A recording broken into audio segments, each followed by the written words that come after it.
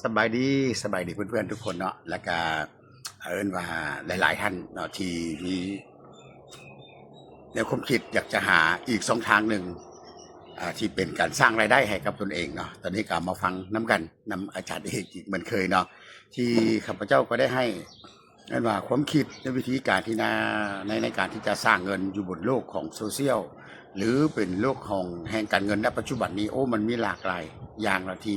มันท้าทายและเฮ็ดให้กับตัวเฮาเนาะที่ต้องได้ว่าได้คัดเนาะได้กันกรองในสิ่งที่เฮากำลังจะเฮ็ดอยู่เพราะว่าผ่านมาเนาะคือประสบการณ์ของข้าพเจ้าเองที่ได้เฮ็ดผ่านมาเพราะว่าจะเป็นของธุรกิจเครือข่ายก็ดีเราที่เป็นภาคสินค้าเป็นภาคของ Invest เนาะการลงทุนทำแพลตฟอร์มที่มีว่าจ่ายเป็นค่า ROI เนาะหรือว่าจะเป็นของรูปแบบของการเทรดเนาะเทรดมาสเตอร์หรือว่าเทรดเองเนาะเทรดฟิวเจอร์เทรดสปอร์ตเทรดทุกอย่างในการเทรดและวิธีการทุกอย่างการหาเงินนั้นไปผ่านสิ่งที่มีตัวกลางบอกว่าหมดเลยวันนี้นะครับสิ่งที่มีตัวกลางคือว่ามันมีความเสี่ยงสูงที่สุดเลยเนาะหรือว่ามีคนที่จะเฮ็ดตามเขาอันนี้ก็มีความเสี่ยงที่สุดเลยเนาะเรื่องการเทรดกันอย่างนี้ในไม่นี้หลายๆคนก็เข้าใจแต่ตอนนี้กระแสแรงที่สุดคือการเทรดแล้วก็มีโค้ชครูหลายๆท่านเนาะที่ออกมาให้ความรู้ความญาณถือว่าเป็นสิ่งที่ดีเนาะถ้าเก่งคืออาจารย์คุณมาบอกเนี่ยโอ้โหถือว่าร่ำรวยเนาะร่ำรวยไปหมดทุกคนเลยแต่ระวังการนี้ก็คือการว่าเป็นวินัยและในสิ่งที่การที่เขาจะความรู้ในการที่เขาจะเทรดตามเขาเนาะส่วนใหญ่นี่ก็มิแต่เสียข้าพเจ้าบอกเลยว่าวงการของการเทรดนี่เนาะมันเป็นสิ่งที่ดีแต่ว่าคันเฮาบ่ฮู้นี่ 95% คือเอาเงินไปเข้าไปอยู่ในกองนั้นเงินก็ไปอยู่ในกองนั้นแหละ95%คนที่เสียเอาไปอยู่กองนั้นคนที่ได้นี่ 5% เท่านั้นอันนี้ข้าพเจ้าฟันตรงได้เลยเนาะและคนที่เขาเจ้าฉลาดเนาะและเขาเจ้าก็ฮู้กลไกของการนี้ไปแต่เขาก็บ่สามารถที่จะสร้างความรวยด้วยตัวของเขาเองเนาะมันบ่คือกับคนที่ลิ้นหุ้นระยะยาวตอนนี้คือหุ้นระยะยาวนี่เขาเจ้าว่ามีเงินหลายพอสมควรแล้วก็คนมีเงินน้อยๆอยากจะโดดเข้าไปคิดว่าโอ้ยเงิน100 200 500 1,000 เหรียญเนาะ10,000 เหรียญจะสร้างให้กับตัวเองนี้ว่าร่ำรวยใกล้ของมหาศาลนี่เป็นไปได้ยากอันนี้ข้าพเจ้าบอกว่าเป็นไปได้ยากเลยเพราะตัวจริงในการที่จะหาเงินในรูปแบบนั้นมันยากหลายเนาะแล้วมันก็มีความเสี่ยงหลายที่สุดเมื่อนี้เขาอยากได้เงินว่ามีเงิน100นี่ได้แต่เงินเป็นเงิน1ก็ได้แต่1 เหรียญเนาะต่อเมื่อ1คันได้1 เหรียญถือว่าดีแล้วได้เนาะได้1 เหรียญแต่อันนี้คันมือได้มือมันบ่ได้ก็มีเสียเฉลี่ยแล้วเขาบอกว่า25-30%อย่างทุกอย่างวันนี้โอ้อันตรายเนาะตรงนี้คือว่ามันก็มีความเสี่ยงอันตรายแต่สิ่งสำคัญของหมู่มดมื้อนี้เฮ็ดว่าเรื่องการเงินนี่คือเฮาไปผ่านตัวกลางการที่เฮาไปผ่านตัวกลางนั่นแหละมันสิเฮ็ดให้เฮาว่าความเสี่ยงมันสูงขึ้นว่าระยะเวลาที่การจะจ่ายเงินกลับคืนมาเฮานั่นน่ะเวลาเขาจะถอนเงินกลับมาใส่นี่นะอันนี้นี่สำคัญที่สุดเลยมื้อนี้ถ้าเฮาเฮ็ดอีหยังจักอย่างเว็บนี่เข้าไประบบมันต้องวิดดอหรือว่าต้องถอนเงินแล้วต้องวิดดอปุ๊บแล้วต้องรอท่าถามว่าเอิ้นว่าเป็นชั่วโมงเนาะหรือภายใน24 ชั่วโมงนี่โอ้โหถือว่ามันเฮ็ดให้เฮานี่มีความเสี่ยงสูงสุดเลยในการที่จะเสียหายเนาะ1 ชั่วโมงก็เสี่ยง1 ชั่วโมง24 ชั่วโมงก็เสี่ยง24 ชั่วโมงคัน1 อาทิตย์ก็ถึงอาทิตย์ในการเสี่ยงนี่แหละถ้าว่าคันธุรกิจการเงินมื้อนี้นี่ถ้าทุกคนนะบ่มีความรู้ทางด้านนี้นี่ถือว่าเขาก็จะโดดเข้าไปจุดนั้นเพราะเหตุหนึ่งเขาเจ้าให้ค่ามันหลายเนาะแต่ไปทุกอย่างเขาก็มีสัญญาจ่ายวันหนึ่งจ่าย 1% 2% จะมีอันนี้มานี่แล้วก็มีอัพเนาะมีว่ามีแพ็กเกจในการที่จะมาลงทุนแพ็กเกจ100 เหรียญ500 เหรียญ 1,000 เหรียญเนาะละ 5,000 10,000 เป็น 100,000 เหรียญแบบนี้นี่แห้งอันตรายเลยข้าพเจ้าบอกว่าอันตรายเอาเป็นอย่างข้าเว้าได้อาจารย์เอกนะวันนี้เพราะข้าพเจ้าผ่านในจุดนั้นมาหลายเนาะผ่านมาจุดแล้วก็เห็นหมดแล้วก็เสียมาหลายเนาะจนสุดท้ายมาเขาก็โอ้มาฮู้ว่าเอ้ยการที่ว่าเงินอยู่กระเป๋าของเขา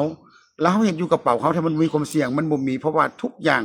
ระบบนั้นเขาคือเอาเงินไปปะอยู่บนของเขาหมดเลยไม่ได้อยู่กระเป๋าของเขาเนาะไม่ได้อยู่กระเป๋าเขาแบบใดแต่แบบนี้ไม่ได้อยู่กระเป๋าเขาเขาจะบอกว่าเอ้ยเงินอยู่กระเป๋าเขานะมันอยู่ในกับทุกอย่างหมดเพราะว่าอย่าลืมว่าเขายังไปผ่านตัวกลางและตัวกลางนั่นแหละเป็นตัวที่จะนำเงินเขาไปวางไว้ก่อนเอาเงินเขาไปปลายจุดนั้นเขาจ่ายโน่นนั่นนี่นี่ครับพระเจ้าปัจจุบันนี้เนาะถือว่าบ่เชื่อไผได้ละเนาะบ่เชื่อไผเนาะอันนี้ข้าพเจ้าเนาะสำหรับคนอื่นอยากจะเชื่อในกับบ่ว่ากันสำหรับข้าพเจ้าในบ่เชื่อว่าจะอันนั้นอันนี้ไปแล้วก็เขาอ้างอิงมาเนาะไวเปเปอร์ทุกอย่างอยู่ในระบบของเขาโอ้ดีเลยจังนั้นไปของข้าพเจ้าใหญ่ยักษ์ใหญ่นี่เขาสามารถเขาบ่ตัวบ่ต้มแต่ทุกโตที่ข้าพเจ้าเฮ็ดผ่านมานี่เนาะ อิ้นว่ามันเกือบ10 ปีแล้วในวงการของที่มันเกิดขึ้นของเป็นการ investment หรือว่าเป็นการเทรดนี่ก็บ่เกิน3 ปีนี้มามันกำลังโด่งดังนี้แต่เขาเจ้าเฮ็ดมานานเพราะเขาเจ้าเทรดระยะที่มันได้จริงๆมันทุกอย่างนะเขาเจ้าจอยระยะยาวเหมือนกับคนรวยๆที่เขาเจ้าประสบความสำเร็จในปัจจุบันนี้เพราะเขาเจ้าเริ่มจากการใช้เงินของเขาเจ้าเนาะแล้วย่องขึ้นเมื่อมันใช้เวลาโดนไปแล้วเขาเจ้าไปถือตัวที่เขาเจ้าไปซื้อหุ้นตรงนั้นปะเมียนในการถือของมันจังพุ่งเหมือนกับคนถือสินทรัพย์ที่เป็นบิตคอยน์ณปัจจุบันนี้ปัจจุบันเมื่อก่อนเขาเจ้าถือมันชื่อณปัจจุบันนี้ขนาดมันลงมาอยู่80,000 กว่าเหรียญเนาะมันก็ยังมีเขากระบอกได้สะเทือนขึ้นไป130,000ลงมา80,000ปลายทุกอย่างนี้มันก็มีการตรงนี้แต่เขาบ่สะเทือนเขาก็ยังอยู่เฉยๆแต่อยู่จุดนั้นนี่มันผ่านมาแล้วเขาบ่สามารถที่จะไปเริ่มต้นโดยที่เงินมหาศาลนั่นนะเพราะว่าณปัจจุบันนี้เมื่อเช้านี้กับเบิงคือว่า89,000เนาะ89,000หรือ89,000 กว่าเหรียญเนาะต่อ1บิตคอยน์เนี่ยเห็นบ่จุดนี้เขาจะเอาเงินไปซื้อมันแล้วไปถือของนี่จะมีกำไรไปมันก็ยากเหมือนกันเนาะแล้ววันนี้ข้าพเจ้าก็เว่าเรื่องตัวกลางนี่แหละมันสำคัญคือตัวกลางตัวควบคุมที่มันจะเฮ็ดเฮานี่มีความสูญเสียนี่หลายแต่ก็มีตัวที่มันดีมันก็สามารถที่เฮ็ดเฮามีกำไรได้คือกันเนาะตัวที่มันดีก็คือหลายๆตัวที่ท่านไปคิดเอาแล้วก็ไปเบิ่งแล้ววิเคราะห์เองเนาะในจุดนี้เพราะว่าเฮาก็บ่อยากเว้าให้ผู้นั้นผู้นี้อันนี้สิ่งที่ประสบการณ์ที่เฮาผ่านมาเฮามันเป็นจังซั่นเฮาก็เลยอยากบอกเนาะอย่างน้อยก็เป็นการสติการเตือนสติขอโทษนะว่าบางทีการเตือนสติให้กับทุกคนในการที่ว่ามีอยากได้เงินในทางนี้ ในซองนี้ว่ามันมีชุดใดเฮ็ดแบบใดได้เราจะได้ใดแล้วก็เฮาก็ต้องวิเคราะห์ดีๆก่อนเนาะเบิ่งคักๆก่อนอย่าไปเชื่อคนที่มาบอกเนาะอย่าเชื่อคนที่มาบอกเขาต้องเฮาฟังคนที่มาบอกเขาต้องฟังเขาเรียบร้อยปุ๊บเฮาก็มาวิเคราะห์สิ่งที่มันดีที่สุดนี้แล้วก็จะบ่ก่อความเสียหายให้กับตัวเฮาและกับคนที่ตามมานี่สำคัญเนาะแล้วข้าพเจ้าก็จังกล้าเว้าเลยณปัจจุบันนี้คำว่าบ่มีตัวกลางที่มาครอบคลุมนี้มันบ่ได้มีหลากหลายบ่มีหลากหลายที่เป็นดีแอปหรือเป็นแพลตฟอร์มหรอกเพราะทุกคนเฮ็ดมาบ่มีไผอยากสละในจุดนั้นเขาก็อยากหวังผลประโยชน์ด้วยเมื่อเลยเนาะแต่มื้อนี้นี่ครับพระเจ้าเป็นอย่างกล้าเว้าเพราะว่าเห็นละอย่างชัดเจนว่าเป็นระบบที่มันบ่มีตัวกลางที่เขาเจ้าสร้างมาเรียบร้อยแล้วเขาเจ้ายอมเสียสละให้ไปอยู่ที่บล็อกเชนเนาะให้อยู่ที่บล็อกเชนแล้วก็บ่มีตัวกลางเฮ็ดสมาร์ทคอนแทคแล้วก็จ่ายไปตามสัญญาได้จริงๆและเวลาจ่ายนี่เรียลไทม์เลยเฮ็ดปุ๊บจ่ายคันบ่เฮ็ดมันก็อยู่หั่นแบบนั้นบ่แล้วก็บ่มีปิดบ่มีหยังไปทุกอย่างเจ้าบ่เฮ็ดบ่หยังไปมันก็บ่มีเงินการที่จ่ายเพราะมันเป็นระบบในการช่วยเหลือซึ่งกันและกันเป็น sharing economic system นี่แหละครับพระเจ้าจึงอยากบอกหลายๆคนว่ามื้อนี้เนาะคันเฮา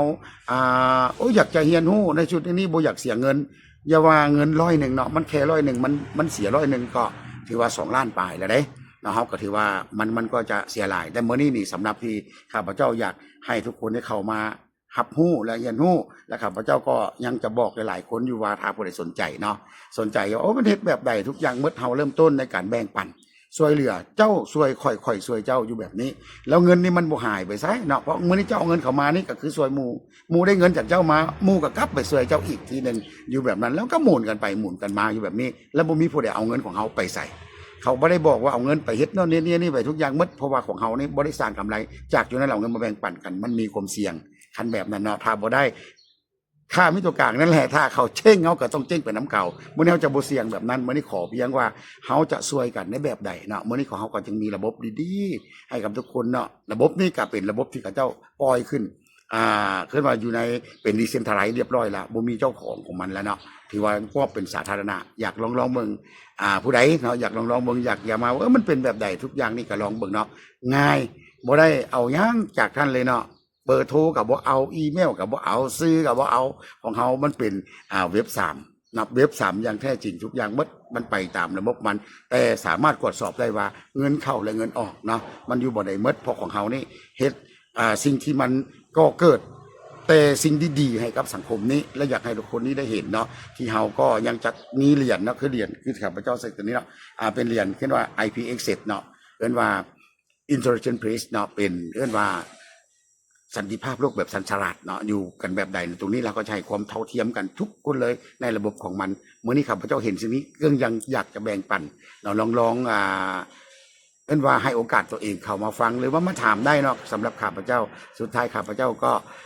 อยากจะบอกท่านเลยว่าในโลกนี้นะมันมีอย่างเนาะหลากหลายอย่างที่เฮายังพันหู้ แต่มื้อนี้เฮาฮู้และแบ่งปันในสิ่งที่เฮาฮู้และก็แน่นอนจะบ่พาผู้ใดเสียหายอย่างแน่นอนเนาะมาฮอดนี้ก็ขอขอบใจกับทุกท่านที่ได้เบิ่งได้รับฟังแล้วก็เพื่อนๆมิตรเพื่อนมิตรสหายเนาะที่เคยเฮ็ดเคยหยังนำกันเนี่ยเคยว่าเป็นจังไดอยากจะมาส่วนนี้ก็เชิญชวนเนาะของเฮานี่น้อยๆเนาะน้อยๆบ่ได้เฮ็ดแน่ต้องผู้ใดต้องมาเสียหายในระบบแน่นอน แต่จะสร้างคุณว่าความที่โอกาสดีๆให้กับผู้คนเนี่ยนะมันเป็นสิ่งหนึ่งเมื่อนี้คือเสียว่าเงินเฮา200 USDT นี้สามารถช่วยคนได้หลากหลายเฮาก็สามารถที่จะช่วยจุดนี้แล้วเฮาก็มาช่วยกันลองแบ่งปันกันลองเบิ่งว่ามันจะเกิดขึ้นได้บ่เนาะเอาเท่านี้เนาะขอบใจหลายเด้อสบายดีทุกท่าน